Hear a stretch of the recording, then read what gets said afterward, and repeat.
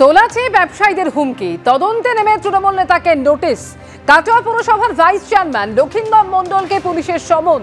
তোলাবাজির অভিযোগে ভাগ্নেকে গ্রেফতারের পরে মামাকে পুলিশি তলব। বারবার চারবার নোটিশেও গরহাজির, ফের তৃণমূল নেতাকে সমন পাঠালো পুলিশ। একাধিক মামলায় বর্ধমান জেলার তৃণমূলের প্রাক্তন কাউন্সিলরের ছেলে, প্রাক্তন তৃণমূল কাউন্সিলর জঙ্গল শেখের ছেলে সাদ্দাম শেখ। জঙ্গলের ছেলে সাদ্দামের বিরুদ্ধে জেল থেকেই তোলাবাজির অভিযোগ। পুরসভার ভাইস চেয়ারম্যানের ভাগ্নেকে দিয়ে তোলাবাজির অভিযোগ এবং তোলাবাজির অভিযোগে ভাগ্নেকে গ্রেফতারের পরে মামাকে পুলিশি তলব। যে ফোন থেকে সাদ্দামের নির্দেশ, লক্ষিন্দরের গুদাম থেকে সেই ফোনের হদিশ। ফোনের সূত্রে তৃণমূল নেতা লক্ষিন্দরকে বারবার সমন, এমনই খবর পুলিশ সূত্রে। 13ই সেপ্টেম্বর ভাগ্নে অমিত গ্রেফতার এবং তারপর থেকেই পুরসভার গড়হাজির লক্ষিন্দর। জেলবন্দি আসামির নির্দেশে ব্যবসায়ীদের থেকে টাকা তুলতে লক্ষিন্দরের ভাগ্নে। সেই ঘটনাতেই নোটিশ দেখা করতে বলেছিলাম, জানি না কোথায় আছে। উপপুর প্রধানকে নোটিশ নিয়ে এমনই দাবি কাটোয়ার বিধায়ক রবীন্দ্রনাথ চট্টোপাধ্যায়।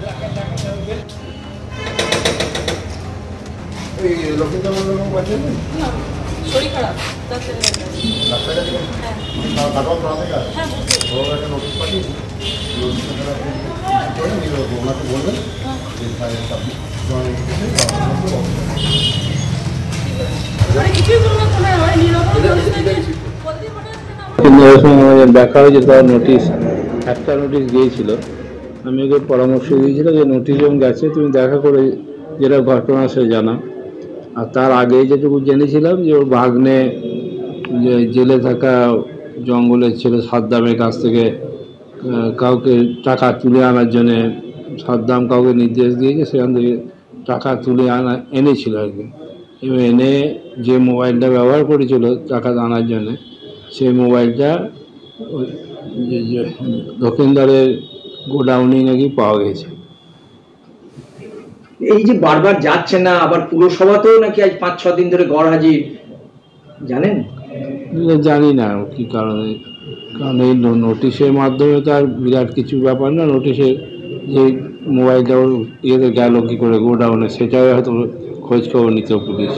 নির্দোষও হতে পারে, কিন্তু পুলিশ তো একটা সূত্র ধরে তদন্ত করছে, অতএব পুলিশ তো নোটিশ পাঠাবেই। দলের সঙ্গে কোনো যোগাযোগ করেছে লক্ষিন্দর, বা আপনারা কোনো যোগাযোগ করছেন? না, ওই যে এখান থেকে চলে যাবে এ কথাও জানতাম না, আর দলের সঙ্গে কোনো যোগাযোগ করেনি। সব মিথ্যে অভিযোগ। অসুস্থ হয়ে হাসপাতালে ভর্তি লক্ষিন্দর মণ্ডল। মিথ্যে অভিযোগে পুলিশ দিয়ে হয়রানি করার চেষ্টা চলছে।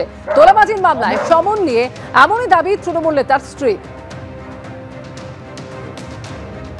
আমার স্বামীকে মিথ্যা অপবাদ দিয়ে মানে পুলিশি হ্যারাসমেন্ট চলছে বাড়িতে। মানে আমার স্বামী তো অসুস্থ হয়ে পড়েছে, কলকাতায় ভর্তি আছে, আর আমরা বাড়িতে মানে আমাদের ঘুম চলে গেছে। আমার ছেলে ড্রাইভারদেরকেও পর্যন্ত তাড়িয়ে দিয়েছে। অত্যাচার, পুলিশি অত্যাচার কেন হচ্ছে?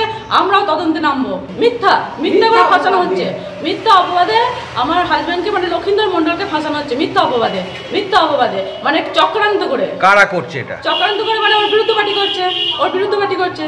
গোডাউনে বসে টাকা লেনদেন হয়েছে, গোডাউনে দেখা গেছে বলছে।